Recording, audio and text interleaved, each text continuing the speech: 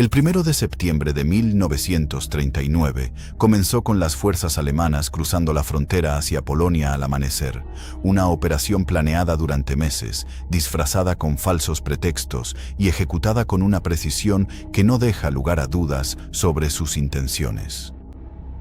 Europa estaba en guerra antes del desayuno y en 6 años, más de 70 millones de personas habían muerto. La Segunda Guerra Mundial no comenzó esa mañana, y esa es la parte que la mayoría de la gente pasa por alto. La catástrofe se había estado gestando durante años a través de advertencias desoídas, inteligencia ignorada y decisiones que parecían razonables para quienes las tomaban. Una violación tolerada, una concesión ofrecida, una crisis que casi se sale de control, y luego otra, hasta que finalmente una sí lo hizo. Los historiadores llaman a esto el fracaso de la seguridad colectiva, y los diplomáticos de la época lo llamaron paz, y terminó en los escombros de Stalingrado y en los incendios que consumieron Dresde. Ahora considere cómo se ve el presente. Una potencia regional avanzando de manera constante hacia la capacidad nuclear, fuerzas proxy operando en varios países y ataques sostenidos a rutas marítimas globales que siempre se detienen justo antes de provocar una respuesta militar total. Individualmente, cada uno de esos eventos puede ser justificado, y ese es precisamente el problema. Tomados en conjunto, forman un patrón que cualquiera que haya estudiado 1914 o 1938 reconocerá de inmediato, porque su forma resulta familiar de la peor manera posible. Este documental no es una predicción de guerra. Lo que es un intento de entender cómo comienzan las guerras, cómo la presión se acumula durante años, cómo las señales son malinterpretadas por personas que deberían haberlo sabido mejor, y cómo los líderes se convencen a sí mismos de que un paso más sigue siendo manejable, hasta que deja de serlo. Neville Chamberlain no era un tonto, y tampoco lo era Edouard Daladier. Chamberlain creía que estaba ganando tiempo, y Daladier ya había visto a una generación de jóvenes ser enviada a la máquina de la Primera Guerra Mundial. Ambos hombres entendían el costo de otro conflicto mejor que la mayoría. Lo que calcularon mal fue el costo de esperar, porque cada compromiso le daba al agresor la prueba de que cruzar la línea no tenía consecuencias inmediatas, y cada concesión hacía que la siguiente crisis fuera más difícil de detener. La línea siguió moviéndose hasta que desapareció por completo. La pregunta que enfrenta el momento actual no es si el conflicto es inevitable. La verdadera pregunta es si las condiciones que hacen posible el conflicto ya se han asentado, porque los periodos más peligrosos de la historia no son aquellos en los que la guerra parece obvia. Son aquellos en los que todavía parece evitable, cuando cada escalada tiene una explicación plausible y cuando las personas responsables de detenerla aún están convencidas de que hay tiempo. La lección que dejaron los años 30 es brutal. Para cuando se forma un consenso de que algo debe detenerse, detenerlo ya se ha vuelto extraordinariamente costoso. Ya es visible un patrón de escalada, cada paso justificado en su momento, cada movimiento hacia un conflicto que en realidad nadie dice querer. Si suficientes personas lo reconocen antes de que se complete, esa es la pregunta que determinará si la próxima guerra global será algo que se estudie en las aulas o algo que se sobreviva en las calles. Múnich, septiembre de 1938. Los líderes de Gran Bretaña, Francia, Italia y Alemania se reunieron en una sala de conferencias bávara y cedieron una parte de Checoslovaquia sin consultar a los checoslovacos. Neville Chamberlain regresó a Londres y levantó una hoja de papel. «Paz para nuestro tiempo», anunció ante el rugido de una multitud aliviada. La multitud tenía motivos para sentirse aliviada. La Primera Guerra Mundial había terminado solo 20 años antes. Sus cicatrices, tanto físicas como psicológicas, seguían siendo visibles en cada esquina de cada ciudad europea. La perspectiva de otra guerra semejante era, para quienes habían sobrevivido a la anterior, realmente impensable, y esa palabra, impensable, es donde comienza el peligro. Adolf Hitler había comprendido algo que Chamberlain no. Él entendía que la mayor vulnerabilidad de su oponente no era militar, era psicológica, Necesitaban la paz con tanta desesperación que estaban dispuestos a sacrificar casi cualquier cosa para preservar su apariencia. Cada concesión que él obtenía no era simplemente una ganancia territorial. Era un dato más. Le indicaba con creciente precisión hasta dónde podía presionar antes de que esa presión tuviera consecuencias. La respuesta, como resultó ser, era muy lejos. En 1936, las fuerzas alemanas volvieron a ocupar Renania, una violación directa del Tratado de Versalles. El ejército francés, que poseía una superioridad abrumadora, no respondió. Hitler admitió después que si Francia hubiera marchado, se habría visto obligado a retirarse. El ejército alemán aún no estaba listo, pero Francia no marchó, y Hitler sacó su conclusión. En 1938, Alemania absorbió Austria en lo que se llamó el Anschluss, una unión que el mismo tratado prohibía explícitamente. Hubo protestas, hubo declaraciones enérgicas, no hubo acción. Hitler volvió a sacar su conclusión. Luego vinieron Checoslovaquia, los Sudetes, Múnich y el papel de Chamberlain. 6 meses después, Alemania ocupó el resto de Checoslovaquia, un territorio que ni siquiera formaba parte del acuerdo original. Chamberlain expresó su sorpresa. No debería haberse sorprendido. Él mismo había proporcionado los datos a partir de los cuales este resultado era completamente predecible. Ahora considere la siguiente secuencia de eventos en Medio Oriente, no como hechos actuales, sino como un patrón. En 2015, Irán firmó el Plan de Acción Integral Conjunto, el Acuerdo Nuclear, acordando limitar su enriquecimiento de uranio a cambio del levantamiento de las sanciones económicas. El acuerdo fue celebrado como un triunfo diplomático. Para 2018, Estados Unidos se retiró del acuerdo. Irán, en etapas medidas, comenzó a exceder sus límites. Hubo protestas. Se restablecieron las sanciones. Irán continuó enriqueciendo. Instaló centrifugadoras avanzadas. Acumuló uranio. Para 2023, el OIEA informó que Irán había acumulado suficiente uranio enriquecido que, si se procesaba aún más, podría potencialmente construir múltiples dispositivos nucleares. Cada paso fue protestado. Ninguno fue revertido. El paralelismo no es perfecto. Los paralelismos en la historia nunca lo son. Pero el mecanismo subyacente, la puesta a prueba de las líneas rojas, el descubrimiento de que las líneas rojas son negociables, el avance incremental, es reconocible para cualquiera que haya leído los cables diplomáticos de 1936, 1937 y 1938. Winston Churchill, quien en ese entonces era un diputado sin cargo oficial y sin una circunscripción dispuesta a escucharlo, dijo sobre Múnich: se les dio a elegir entre la guerra y el deshonor. Eligieron el deshonor y tendrán la guerra. Tenía razón.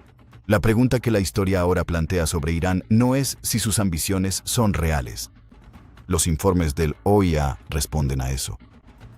La pregunta es si la comunidad internacional está en proceso de hacer un cálculo que la historia ya ha calificado y reprobado. Y hay una segunda pregunta, más oscura y compleja, que acecha bajo la primera.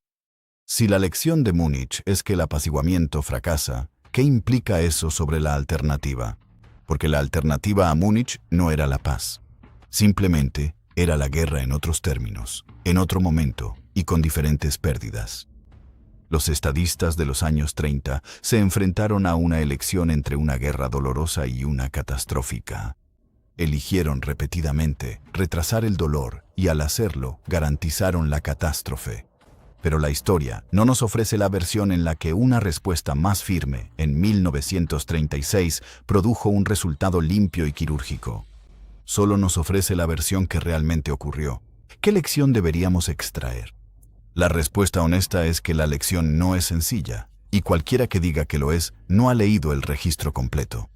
Esa complejidad, la verdadera dificultad de aplicar las lecciones históricas a las crisis actuales, es precisamente lo que hace que esas lecciones sean peligrosas cuando se aplican sin cuidado, y es lo que las hace esenciales cuando se aplican bien. En el verano de 1936, un levantamiento militar en España se convirtió en algo mucho más grande que una guerra civil. Alemania envió la Legión Cóndor, aviones, pilotos y personal de tierra para apoyar a las fuerzas nacionalistas de Francisco Franco. La Unión Soviética envió asesores, armas y operadores políticos para apoyar al gobierno republicano. Italia despachó decenas de miles de soldados. Reino Unido y Francia, comprometidos con una política de no intervención que ninguna de las partes respetó, observaron cómo España se transformaba en un laboratorio para nuevas armas, nuevas tácticas, nuevas formaciones de aviones, nuevas estrategias de bombardeo. La destrucción de Guernica en abril de 1937, un pueblo vasco reducido a escombros por aviones alemanes e italianos en una sola tarde, no fue simplemente una atrocidad, fue una prueba de campo. La Luftwaffe aprendió lo que el bombardeo a nivel podía lograr contra concentraciones civiles. Perfeccionaron la lección. La aplicaron 3 años después en Varsovia, Rotterdam, Londres y Coventry. España fue el lugar donde la Segunda Guerra Mundial se ensayó a sí misma. Las guerras por poder tienen una función específica en la gramática de la competencia entre grandes potencias. Permiten a las grandes potencias avanzar objetivos estratégicos, probar armas y doctrinas, agotar a los adversarios y adquirir influencia. Todo ello sin la declaración formal de guerra que activa obligaciones de defensa mutua y arriesga una confrontación directa. Son, en el lenguaje de los estudios estratégicos, una forma de luchar sin luchar. Pero las guerras por poder tienen una segunda función que se reconoce menos. Escalan. No siempre, no de forma inevitable, pero con una regularidad que el registro histórico hace difícil de ignorar. Corea comenzó como un conflicto civil y se convirtió en una guerra que involucró a fuerzas estadounidenses, chinas y soviéticas, estas últimas actuando de manera encubierta mediante apoyo material y asesores militares en cuestión de meses.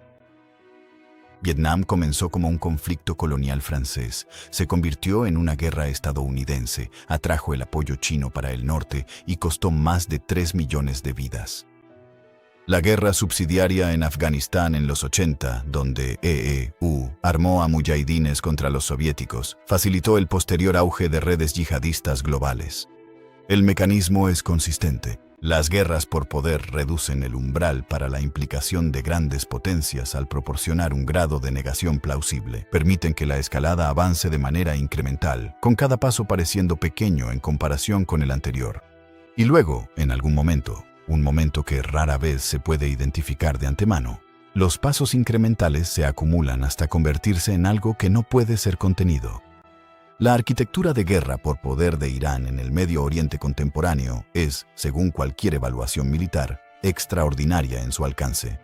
Hezbollah en Líbano, entrenado, armado y financiado por el Cuerpo de la Guardia Revolucionaria Islámica de Irán, se estima que posee más de 150.000 cohetes y misiles, un arsenal mayor que el de la mayoría de los miembros europeos de la OTAN. El movimiento Houthi en Yemen, al que asesores iraníes han apoyado con tecnología de drones y diseños de misiles balísticos, ha atacado objetivos en Arabia Saudita e Israel y ha interrumpido el comercio marítimo en el Mar Rojo, una vía por la que pasa aproximadamente el 12% del comercio mundial. Hamás en Gaza recibió armas y apoyo táctico de Irán. Las milicias respaldadas por Irán en Irak y Siria han realizado cientos de ataques contra posiciones militares estadounidenses. Esta no es una red de aliados armados ensamblada con fines defensivos.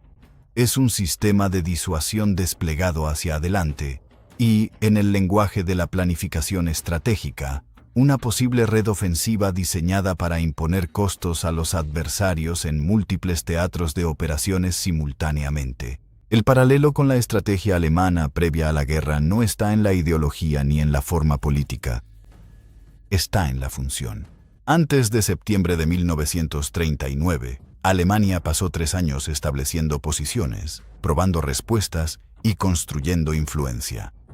Los conflictos por poder, España, la infiltración política en Austria, la agitación de los alemanes de los Sudetes, no eran periféricos al acontecimiento principal.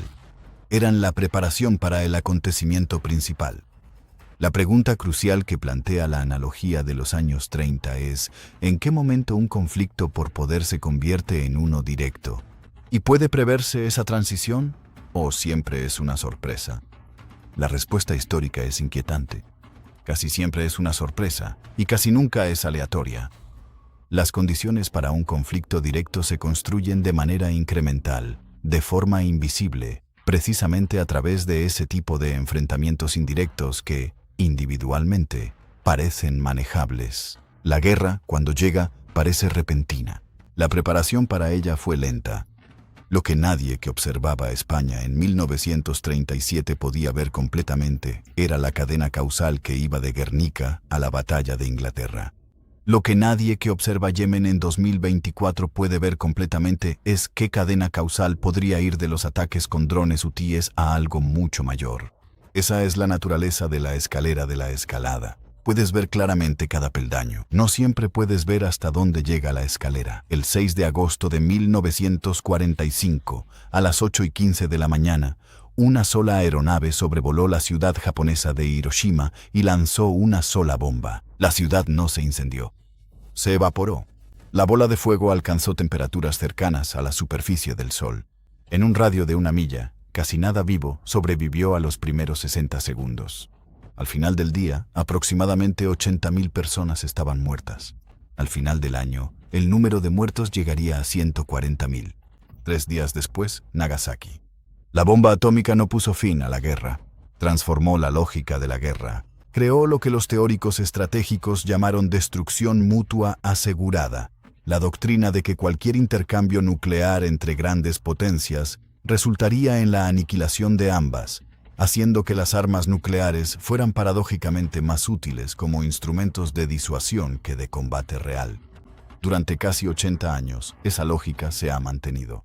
La crisis de los misiles en Cuba de 1962, 13 días durante los cuales las fuerzas nucleares estadounidenses y soviéticas estuvieron en su máximo nivel de alerta, estuvo más cerca de un intercambio nuclear de lo que cualquier informe público reconoció en ese momento.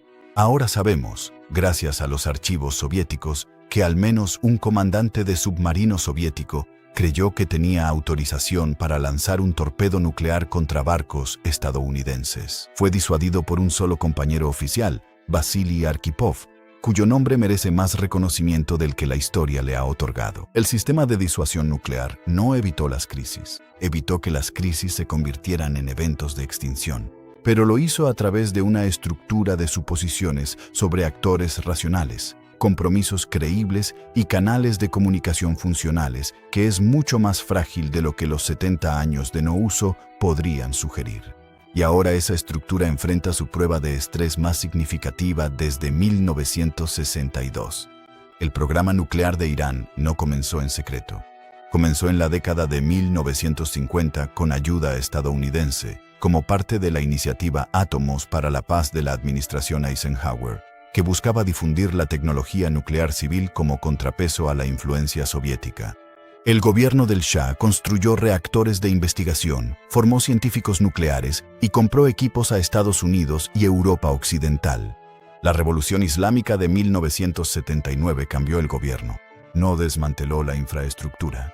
Y bajo la presión de la guerra entre Irán e Irak, en la que Irak utilizó armas químicas con, como mínimo, el conocimiento tácito de las agencias de inteligencia occidentales, el nuevo gobierno iraní comenzó a reconsiderar si la disuasión requería un tipo diferente de capacidad.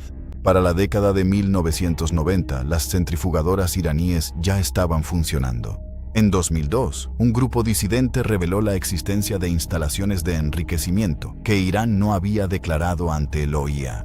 Para 2023, Irán estaba enriqueciendo uranio al 60% de pureza, un nivel sin aplicación civil que se sitúa justo por debajo del umbral del 90% requerido para material apto para armas. El OIEA informó que Irán había acumulado suficiente uranio enriquecido a bajo y medio nivel que, mediante un procesamiento adicional, teóricamente podría producir material fisible para múltiples armas en cuestión de semanas. Esta no es una amenaza hipotética. Es una trayectoria evaluada, documentada y monitoreada.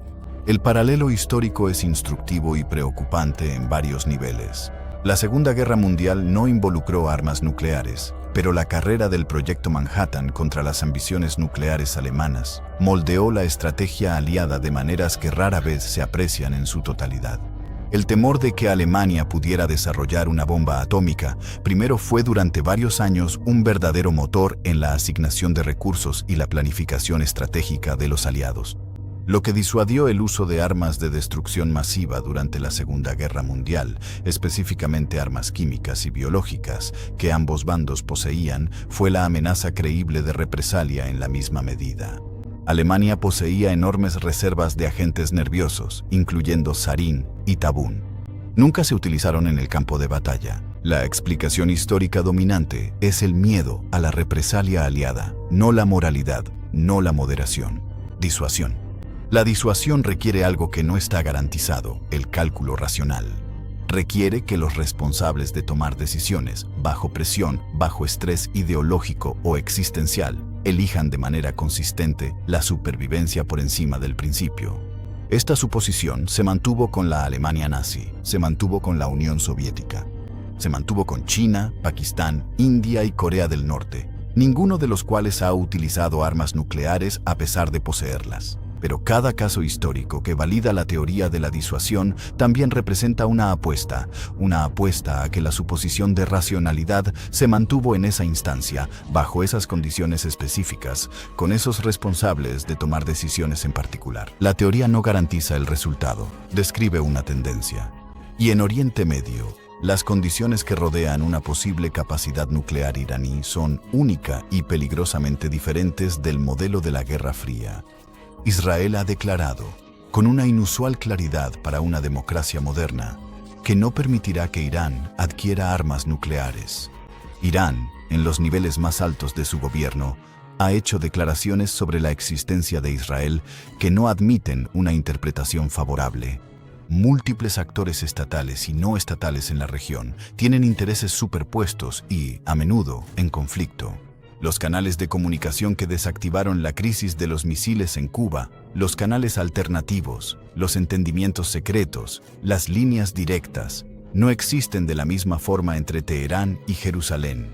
Lo que la Segunda Guerra Mundial nos enseña sobre los umbrales nucleares es indirecto, pero vital. La bomba atómica se utilizó 2 veces contra una potencia que no poseía una. El cálculo entre el uso y la disuasión no es eterno.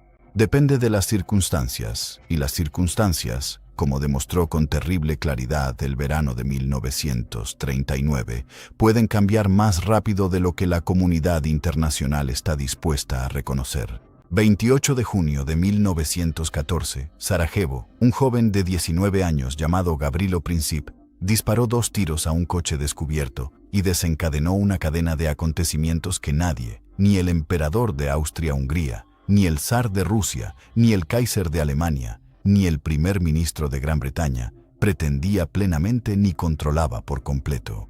En 37 días, Europa estaba en guerra. En 4 años, 16 millones de personas habían muerto. El mecanismo que transformó un asesinato político en una guerra mundial fue el sistema de alianzas. Austria-Hungría declaró la guerra a Serbia. Rusia se movilizó para defender a Serbia. Alemania se movilizó para apoyar a Austria-Hungría e implementó el Plan Schlieffen, que requería atacar a Francia a través de Bélgica. Gran Bretaña entró en la guerra por Bélgica. El Imperio Otomano se alineó con Alemania. Los dominós cayeron en secuencia, cada uno cayendo porque el anterior ya había caído.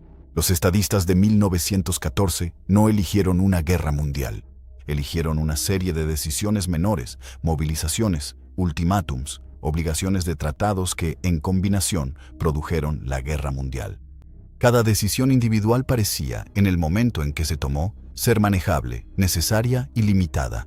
La lección que la catástrofe de 1914 dejó para los diseñadores del sistema internacional después de 1918 fue, desafortunadamente, malinterpretada. Concluyeron que los compromisos formales de alianza eran peligrosos y debían evitarse. El resultado fue el sistema de la Sociedad de Naciones, seguridad colectiva sin obligación automática. Cuando llegó la prueba en 1931 con Manchuria, en 1935 con Etiopía, en 1938 con Checoslovaquia, el sistema descubrió que la seguridad colectiva sin obligación automática no era seguridad colectiva en absoluto. Era una preferencia, y las preferencias, a diferencia de los compromisos, son negociables bajo presión. Los diseñadores del orden internacional posterior a 1945 llegaron a una conclusión diferente. La OTAN se construyó sobre el principio del artículo 5. Un ataque contra un miembro es un ataque contra todos. La automaticidad del compromiso era el punto clave. Fue diseñado para ser innegociable y durante 75 años ha disuadido la agresión militar directa contra cualquier miembro de la OTAN. Pero Oriente Medio no es la OTAN, y las estructuras de alianzas que se están formando en torno a la cuestión iraní tienen más el carácter del mundo anterior a 1914 que del posterior a 1945. Son superpuestas, ambiguas, no probadas y en algunos casos contradictorias. Estados Unidos tiene un compromiso de seguridad de facto con Israel, institucionalizado a través de acuerdos anuales de ayuda militar y declaraciones presidenciales explícitas, pero no formalizado como un tratado de defensa mutua. Arabia Saudita ha estado involucrada en negociaciones intermitentes con Israel, facilitadas por Estados Unidos, hacia lo que sería un acuerdo histórico de normalización. Irán se opone a esta normalización con una claridad e intensidad que no pueden subestimarse. Rusia tiene intereses estratégicos en Siria y ha proporcionado a Irán tecnología de drones y sistemas de defensa aérea. China tiene intereses económicos en el petróleo iraní y ha mediado una normalización diplomática entre Arabia Saudita e Irán que complicó directamente la estrategia regional estadounidense. En esta configuración, un intercambio militar entre Israel e Irán, que ya ha ocurrido de forma limitada en abril y octubre de 2024, cuando Irán lanzó por primera vez en la historia ataques directos con misiles balísticos y drones sobre territorio israelí, tiene el potencial de desencadenar exactamente el tipo de respuestas en cascada de alianzas que hicieron catastrófica la crisis de julio de 1914. Israel toma represalias contra Irán. Hezbollah abre un segundo frente desde Líbano. Las fuerzas estadounidenses en la región son atacadas por milicias respaldadas por Irán. Estados Unidos responde. Rusia, que tiene personal militar en Siria, enfrenta una posible exposición. China, que ha invertido capital diplomático en las relaciones con Irán y tiene un interés estratégico en la sobreextensión estadounidense, se enfrenta a decisiones sobre cómo responder. Ninguno de estos pasos es inevitable. Cada uno de ellos es posible, y el registro histórico sugiere que la posibilidad, bajo suficiente presión, tiende a convertirse en probabilidad. Hay una frase específica que aparece repetidamente en los archivos diplomáticos de agosto de 1914. Aparece en los cables de los ministros de Relaciones Exteriores, en los diarios de los embajadores, en las cartas privadas de los jefes de Estado. La frase es: no creí que llegaría a esto. Nadie en el verano de 1914 creyó que el asesinato de un archiduque austriaco provocaría 4 años de matanza industrial. No eran hombres estúpidos.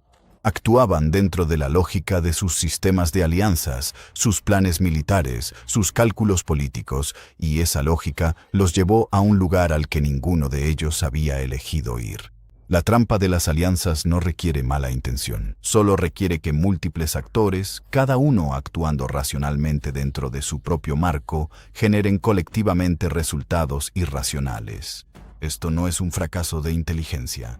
Es una característica estructural de los sistemas de seguridad complejos e interdependientes. Y Oriente Medio, en 2024 y 2025, es precisamente ese tipo de sistema. Joseph Goebbels comprendía algo que la mayoría de los comandantes militares no entendían. Las guerras no se ganan solo en los campos de batalla. Se ganan en la mente de las poblaciones, en las historias que la gente se cuenta a sí misma sobre por qué luchan, quién es su enemigo y cuáles son los intereses en juego. El aparato de propaganda nazi, el Ministerio del Reich para la Ilustración Pública y Propaganda, establecido en marzo de 1933, era una operación industrial. Controlaba cada transmisión de radio, cada periódico, cada película, cada ceremonia pública. Sus técnicas eran estudiadas, perfeccionadas y desplegadas con precisión científica. El objetivo no era simplemente suprimir la disidencia, era hacer que la disidencia fuera inimaginable, saturar tan completamente el entorno informativo con una versión específica de la realidad que las versiones alternativas perdieran su fuerza psicológica. Goebbels no inventó la guerra de la información moderna, pero la practicó a una escala y con una sofisticación que no tenía precedentes en tiempos de paz. Y las técnicas que desarrolló, la repetición, la escalada emocional, la gran mentira pronunciada con absoluta convicción, la selección de chivos expiatorios, han resultado ser más duraderas que el régimen que las empleó. El historiador Timothy Snyder, en su estudio sobre el extremismo político y la memoria histórica, ha argumentado que el control de la información no es simplemente una característica de los sistemas autoritarios. Es una condición previa para ellos. No se puede movilizar a una población hacia un objetivo político catastrófico sin antes construir una realidad en la que ese objetivo parezca necesario, justo e inevitable.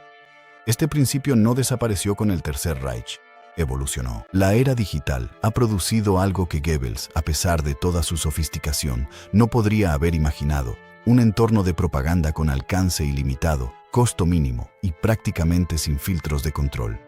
Actores estatales y no estatales ahora pueden dirigir mensajes adaptados algorítmicamente, pruebas fabricadas y contenido optimizado emocionalmente a poblaciones demográficas específicas, a escalas y velocidades que ningún sistema de información del siglo XX podría igualar. En el conflicto contemporáneo de Oriente Medio, la guerra de la información no es un aspecto periférico, es un teatro de operaciones principal. Los medios estatales iraníes transmiten en varios idiomas, incluidos inglés, árabe y farsi, para audiencias de todo el mundo. Hezbollah opera su propia cadena de televisión, Al-Manar, con alcance regional. El movimiento Hutí en Yemen ha demostrado una comprensión sofisticada de cómo convertir en arma el material documental para audiencias internacionales, presentando los ataques a embarcaciones vinculadas a Israel como resistencia legítima y acción humanitaria al mismo tiempo. El efecto en la opinión pública internacional es medible y tiene consecuencias. Las poblaciones de Europa, América Latina y de todo el mundo en desarrollo han mostrado, en encuestas realizadas hasta 2024, evaluaciones significativamente diferentes de los conflictos de Oriente Medio, en comparación con las posiciones gubernamentales de esos mismos países. La brecha entre el consenso de la élite en política exterior y la opinión popular en varios países de la OTAN sobre cuestiones relacionadas con Israel, Irán y la implicación estadounidense en la región ha alcanzado niveles que imponen verdaderas limitaciones a lo que los gobiernos pueden hacer. Esto no es simplemente una observación sobre la eficacia de la propaganda iraní o de sus aliados. Es una observación sobre la vulnerabilidad estructural de las sociedades abiertas frente a las operaciones de información en el entorno digital, una vulnerabilidad que los sistemas autoritarios, que pueden controlar su entorno informativo interno, no enfrentan de la misma manera. La lección de la Segunda Guerra Mundial aquí no es simplemente sobre los peligros de la propaganda. Se trata de la asimetría entre quienes reconocen la guerra informativa como un dominio principal y quienes la consideran algo periférico. En los primeros años de la guerra, los aliados subestimaron de manera constante el papel de las operaciones de información alemanas, tanto en países neutrales como España, Portugal y Turquía, donde la influencia alemana y aliada competía por la alineación política, como en los territorios ocupados, donde la construcción de narrativas de colaboración local era fundamental para mantener el control con fuerzas alemanas limitadas. Cuando los aliados finalmente invirtieron seriamente en comunicaciones estratégicas a través de la Oficina de Información de Guerra en Estados Unidos y el Ejecutivo de Guerra Política en Gran Bretaña, los resultados fueron significativos, pero la inversión llegó tarde y los costos iniciales de subestimar la dimensión informativa fueron reales. La pregunta que plantea el momento actual es si los gobiernos democráticos, que están estructuralmente limitados en la forma en que pueden gestionar sus propios entornos informativos, debido a su compromiso con la libertad de prensa y la libre expresión, se han adaptado adecuadamente a una era en la que los adversarios no enfrentan tales restricciones. La respuesta, basada en estudios documentados sobre la manipulación de redes sociales en múltiples entornos políticos occidentales, es que no completamente. y las implicaciones de esa brecha en una región ya saturada de narrativas superpuestas, agravios históricos y reclamos en competencia, no son meramente académicas. Las guerras en el siglo XXI serán precedidas, acompañadas y posiblemente determinadas por campañas de información que moldean quién lucha, quién apoya y quién se opone. La población que cree que está luchando una guerra defensiva soportará bajas que una población que cree que está luchando una guerra opcional no aceptará. La movilización de la voluntad política, tanto a nivel nacional como internacional, no está separada del equilibrio militar. Es parte de él. Goebbels lo sabía, y la infraestructura digital de 2025 le da a su manual un alcance con el que solo pudo haber soñado. En los años previos a septiembre de 1939, Alemania enfrentaba un problema que sus planificadores militares discutían con inusual franqueza en documentos clasificados. Se estaba quedando sin petróleo. Los planes de guerra de la Wehrmacht requerían enormes cantidades de petróleo para tanques, aviones, barcos y la infraestructura logística para apoyarlos. La producción nacional de Alemania era mínima. Su programa de combustibles sintéticos, aunque significativo, no podía satisfacer la demanda prevista en tiempos de guerra. La solución a la que llegaron los planificadores estratégicos alemanes fue territorial. Los campos petroleros de Rumania y, en última instancia, los campos petroleros del Cáucaso soviético, específicamente Bakú, que producía aproximadamente el 60% del petróleo soviético y una fracción sustancial de la producción total europea. El avance hacia Bakú fue un objetivo estratégico principal de la Operación Azul, la ofensiva alemana de verano de 1942 que también tenía como objetivo Stalingrado. La combinación de objetivos geográficos, cortar el Volga y apoderarse del petróleo, no fue una coincidencia. La energía y la guerra han estado entrelazadas desde el primer conflicto mecanizado. La decisión japonesa de atacar Pearl Harbor en diciembre de 1941 tuvo una lógica energética similar. Estados Unidos, en respuesta a la expansión japonesa en China y el sudeste asiático, había impuesto un embargo petrolero en julio de 1941.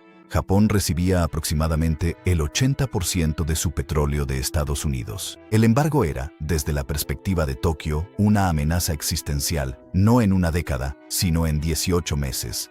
Momento en el cual las reservas de combustible japonesas se agotarían y la maquinaria de guerra se detendría. El ataque a Pearl Harbor no fue principalmente un ataque a la flota del Pacífico estadounidense. Fue el movimiento inicial de una campaña para apoderarse de los campos petroleros de las Indias Orientales neerlandesas, lo que hoy es Indonesia, antes de que las fuerzas estadounidenses pudieran intervenir. Pearl Harbor fue la supresión de la fuerza que podría detener el verdadero objetivo. Comprender la lógica energética de la Segunda Guerra Mundial aclara algo sobre la lógica energética de la crisis contemporánea en Oriente Medio, que con frecuencia queda oscurecida por el encuadre político e ideológico.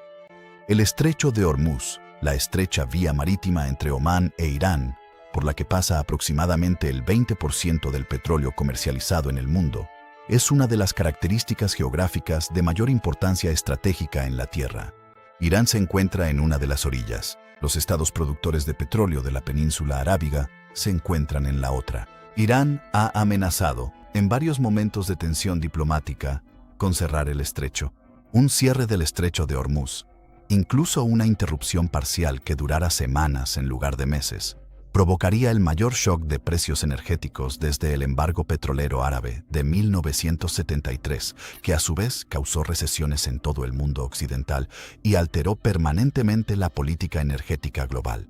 La economía global de 2025, aunque depende menos del petróleo por unidad de PIB que la economía de 1973, no es inmune a un shock de suministro de tal magnitud. Las interrupciones en el transporte marítimo ya causadas por los ataques hutíes al comercio en el Mar Rojo en 2023 y 2024 produjeron efectos medibles en los costos globales del transporte de contenedores y contribuyeron a presiones inflacionarias en varias economías. Las sanciones internacionales contra Irán, que han existido en diversas configuraciones durante más de 4 décadas, han impuesto costos reales a la economía iraní. Costos que se reflejan en un menor crecimiento del PIB, una inflación elevada y un gasto público restringido. Sin embargo, no han detenido el programa nuclear, ni han ralentizado la red de aliados, ni han cambiado la orientación fundamental de la política exterior iraní. Este patrón, El uso de sanciones como instrumento de política que impone costos sin lograr objetivos estratégicos no es exclusivo de Irán. El historial histórico de las sanciones económicas como herramientas de coerción política es, en el mejor de los casos, mixto. Las sanciones contra Italia tras su invasión de Etiopía en 1935, la primera prueba significativa de la presión económica colectiva de la Sociedad de Naciones, se impusieron demasiado lentamente, excluyeron el petróleo, que habría sido decisivo, y se levantaron después de solo 7 meses. No lograron revertir la conquista italiana. Sí convencieron a Mussolini de que las democracias occidentales no iban en serio. Esa percepción de que las democracias occidentales no iban en serio fue uno de los errores de interpretación más trascendentales de la década de 1930. Esa percepción fue compartida por Hitler, por Mussolini y por el liderazgo militar japonés. En cada caso se derivaba de pruebas concretas. La evidencia era el comportamiento de esas democracias en crisis tras crisis, el patrón de protestas sin consecuencias, compromisos sin cumplimiento, línea roja sin aplicación. La relevancia para el momento actual es estructural más que directa.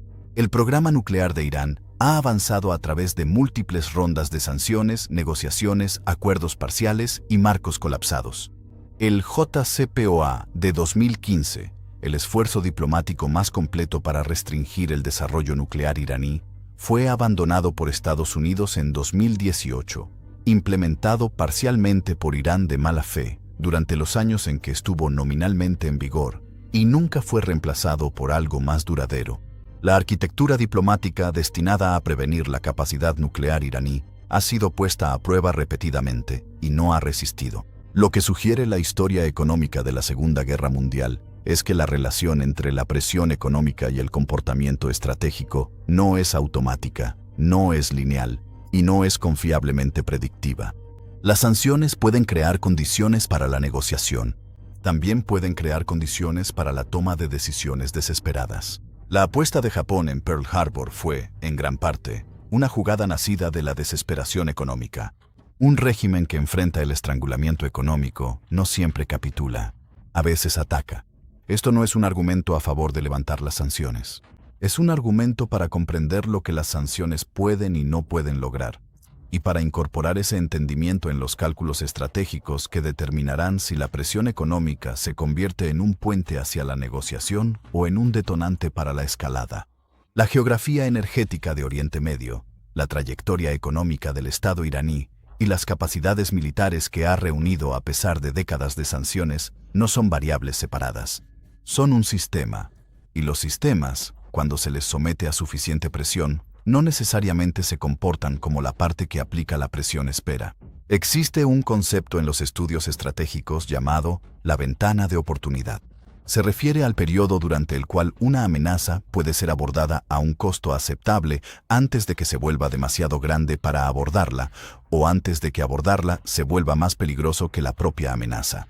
La ventana de oportunidad para prevenir la Segunda Guerra Mundial es uno de los ¿qué hubiera pasado si? Más analizados de la historia.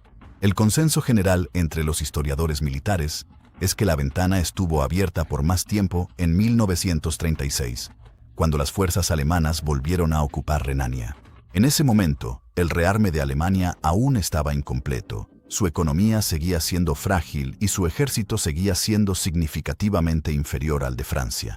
Una respuesta firme, una acción militar francesa, el respaldo diplomático británico, una demostración creíble de que el sistema de tratados se haría cumplir, podrían, argumentan los historiadores, haber detenido la espiral en su etapa más temprana. Para 1938, la ventana se estaba cerrando. El ejército alemán había crecido sustancialmente. El cuerpo de oficiales de la Wehrmacht había estado probando y refinando su doctrina. La situación política interna en Gran Bretaña y Francia, donde las poblaciones traumatizadas por la Primera Guerra Mundial estaban realmente en contra de otro conflicto, limitaba lo que los gobiernos electos podían hacer, incluso si hubieran querido actuar con mayor decisión. Para septiembre de 1939, la ventana se había cerrado. La guerra era la única opción que quedaba. La única pregunta que quedaba era cuánto tiempo duraría y cuántos morirían.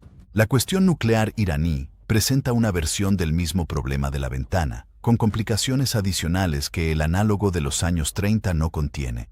El gobierno israelí, bajo múltiples administraciones a lo largo de varias décadas, ha sido explícito respecto a su posición. No permitirá que Irán adquiera armas nucleares. Esto no es un farol, una posición de negociación ni una formulación diplomática diseñada para el consumo internacional. Es un compromiso existencial declarado, respaldado por una voluntad demostrada de usar la fuerza militar, como Israel demostró en 1981 cuando destruyó el reactor nuclear iraquí de Osirak, y en 2007 cuando destruyó una instalación siria que la inteligencia estadounidense evaluó posteriormente como un reactor nuclear en construcción, con asistencia norcoreana. Israel posee la capacidad de llevar a cabo ataques contra instalaciones nucleares iraníes. Las evaluaciones militares y de inteligencia estadounidenses han variado a lo largo de los años sobre cuán efectivos serían tales ataques, si destruirían por completo la capacidad nuclear iraní, la retrasarían por años, o simplemente la demorarían mientras garantizan una escalada. Las evaluaciones más recientes, que reflejan la naturaleza reforzada y dispersa de las instalaciones iraníes, muchas de las cuales están enterradas bajo montañas, sugieren que una acción unilateral israelí sería insuficiente para eliminar permanentemente el programa sin la participación estadounidense. Esto crea una dinámica específica y peligrosa. Israel considera que no puede aceptar la capacidad nuclear iraní. Es posible que Israel no pueda destruir esa capacidad sin el apoyo estadounidense. Estados Unidos no ha estado dispuesto a comprometerse a participar en una acción militar preventiva. Irán, al observar esta dinámica, continúa avanzando en su programa de manera incremental, permaneciendo en cada etapa dentro de una zona de ambigüedad que no llega a cruzar la línea roja israelí mientras se acerca sistemáticamente a ella. Esta es la escalera de escalada descrita desde un punto de vista diferente. Desde la perspectiva iraní, cada avance incremental es un paso calibrado. Desde la perspectiva israelí, la acumulación de pasos calibrados está produciendo un resultado irreversible. Desde la perspectiva estadounidense, la presión para actuar o autorizar una acción israelí aumenta con cada informe del OIEA, cada ataque patrocinado por la Guardia Revolucionaria en contra de socios regionales y cada misil de crucero Houthi que atraviesa las defensas aéreas. El paralelo histórico no es específicamente Múnich. Es la lenta acumulación de la capacidad militar alemana entre 1933 y 1939, el período durante el cual la ventana estuvo abierta, cerrándose y finalmente se cerró por completo. Los estadistas de esa época no experimentaron la ventana como una ventana. Experimentaron cada día como una crisis individual que debía ser gestionada, una decisión individual que debía tomarse dentro de las limitaciones del momento. El cierre de la ventana solo fue visible en retrospectiva. Lo que la historia ofrece y que la inteligencia no puede proporcionar en tiempo real es el reconocimiento de patrones a distancia. Desde la perspectiva del año 2025, al mirar hacia atrás a los años 30, la ventana es visible. Su apertura, su duración y su cierre pueden ser mapeados con precisión. La tragedia es que esta precisión solo está disponible para quienes viven después de la catástrofe, no para quienes vivieron dentro de ella. Los responsables de la política exterior en el momento presente no tienen el lujo de la distancia histórica. Operan dentro de las limitaciones y la niebla de su propio presente, la misma niebla que ocultó la ventana a Chamberlain, a Daladier, a los generales franceses que no marcharon al Rin en 1936. Sin embargo, lo que sí ofrece la historia es una advertencia sobre el costo de esperar. Cada año de retraso en los años 30 aumentó la capacidad militar de Alemania y disminuyó la rentabilidad de la intervención.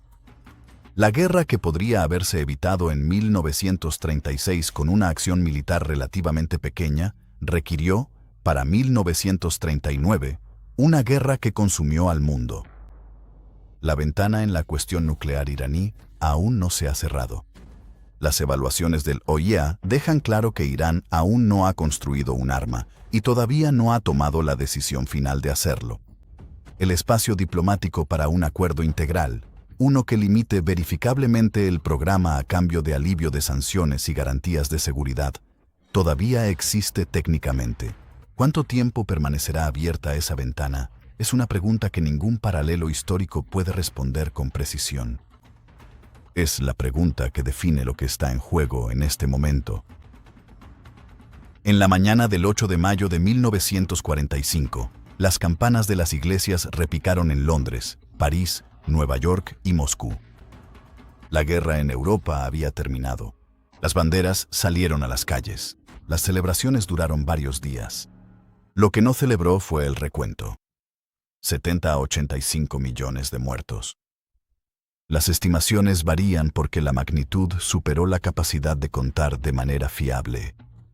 27 millones de ciudadanos soviéticos, 6 millones de judíos, millones de polacos, ucranianos, chinos, filipinos, griegos, holandeses. Un continente en ruinas. Economías destrozadas, familias borradas. La infraestructura de la civilización, hospitales, universidades, bibliotecas, ferrocarriles, puentes, destruida a lo largo de una extensión de la superficie terrestre que apenas 10 años antes había sido el centro de la cultura global y el poder industrial.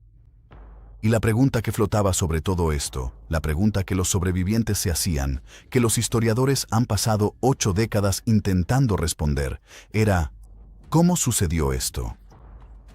¿Cómo una civilización capaz de producir a Beethoven, Newton y Rembrandt pudo también producir Auschwitz, Leningrado y Dresde? La respuesta a la que la historia ha llegado, con cautela, con muchas salvedades pero con una claridad creciente, es esta. Ocurrió porque los mecanismos que podrían haberlo evitado estaban presentes y no se utilizaron. No porque esos mecanismos estuvieran ausentes, no porque el resultado fuera inevitable, sino porque en cada punto de decisión donde una elección diferente podría haber producido un resultado distinto, los humanos que tomaban las decisiones eligieron el camino de menor resistencia inmediata y mayor catástrofe eventual. Esta es una conclusión inquietante porque implica responsabilidad. Implica que la catástrofe era evitable, no fácilmente, no sin costo, pero evitable. Coloca un peso moral no solo sobre quienes cometieron los crímenes, sino también sobre quienes observaron y esperaron, y calcularon que el costo inmediato de actuar era mayor que el costo eventual de no hacer nada. Ese peso nunca se ha disipado por completo. Ahora nos encontramos en un momento diferente, en un siglo diferente, enfrentando una configuración distinta de amenazas. La cuestión nuclear iraní no es la cuestión alemana de 1938. Las apuestas, aunque existenciales dentro de la región, no lo son, al menos no todavía, para la civilización en la forma en que lo fue la Segunda Guerra Mundial. Las muertes, aunque reales y continuas, en Gaza, Líbano, Yemen y Siria, aún no han alcanzado la escala industrial de 1939 a 1945. Pero los mecanismos son reconocibles. Los patrones son familiares. Los argumentos utilizados para justificar la inacción, los costos de actuar, la incertidumbre sobre el resultado, la esperanza de que el tiempo resuelva lo que la decisión no puede, son los mismos argumentos que resonaron en las cancillerías diplomáticas de Europa a finales de los años 30. Y los argumentos opuestos, que la lección de Múnich es la firmeza militar, que las líneas rojas deben hacerse cumplir, que la política de apaciguamiento solo pospone y agranda el ajuste de cuentas, conllevan sus propios peligros. Churchill tenía razón sobre Múnich. También tenía razón al decir que la alternativa era la guerra. La pregunta que realmente plantea la década de los 30 no es apaciguamiento o firmeza. Es qué tipo de firmeza, en qué momento, con qué costos y hacia qué fin. Esas preguntas no tienen respuestas históricas claras. Lo que la Segunda Guerra Mundial sí ofrece con absoluta claridad es una demostración de a dónde conduce el fracaso de la seguridad colectiva. Conduce a un mundo en el que la gestión de las amenazas se delega completamente a la fuerza militar porque los instrumentos diplomáticos, económicos e institucionales para gestionarlas previamente han sido agotados o desacreditados. Y la fuerza militar, como documentaron con sangre los 70 millones de muertos de la Segunda Guerra Mundial, Es una forma extremadamente costosa de gestionar las amenazas internacionales. Los informes del OIA siguen publicándose. Las centrifugadoras siguen girando. Las redes de aliados por poder siguen expandiéndose. Las estructuras de alianzas continúan endureciéndose a lo largo de líneas que guardan una incómoda semejanza con las configuraciones de agosto de 1914. El entorno informativo sigue siendo disputado, manipulado y convertido en arma por actores que entienden que la batalla por la percepción es inseparable de la batalla en el terreno. Y en las capitales de las grandes potencias, Washington, Teherán, Jerusalén, Moscú, Pekín, se están tomando, posponiendo o evitando decisiones que determinarán en qué se convierte este momento en los libros de historia del próximo siglo. Esos responsables de la toma de decisiones no son personas estúpidas. Están operando bajo verdaderas limitaciones, políticas, militares, económicas, informativas. Se enfrentan a elecciones que son realmente difíciles. En muchos sentidos, están haciendo exactamente lo que hicieron los estadistas de los años 30, gestionar una crisis día a día dentro de los límites de lo que creen que es políticamente posible. La lección de la historia no es que sean villanos, es que la gestión sin resolución en un sistema bajo presión creciente no es una estrategia estable. Es una postergación. Y las postergaciones en sistemas de seguridad con la arquitectura del actual Medio Oriente se agravan. Las campanas que sonaron el 8 de mayo de 1945 sonaron porque algo monstruoso finalmente había terminado. Los hombres y mujeres que las hicieron sonar habían pasado 6 años sobreviviendo a algo que la generación anterior había pasado 6 años sin poder evitar. Aún no sabemos qué campanas, si es que alguna, sonarán para esta generación. Aún no sabemos si las lecciones codificadas en esos 6 años de catástrofe serán suficientes para evitar una repetición de lo que registraron. Esto es lo que sí sabemos. Las lecciones están ahí, los patrones son reconocibles. La ventana, cualesquiera que sean sus dimensiones exactas, aún no se ha cerrado. Y la elección que la historia preservó para la generación de los años 30, la elección de usar los mecanismos disponibles antes de que los mecanismos de la guerra fueran los únicos que quedaran, sigue estando disponible para nosotros en este momento. Si la usamos o no es la única pregunta que importa.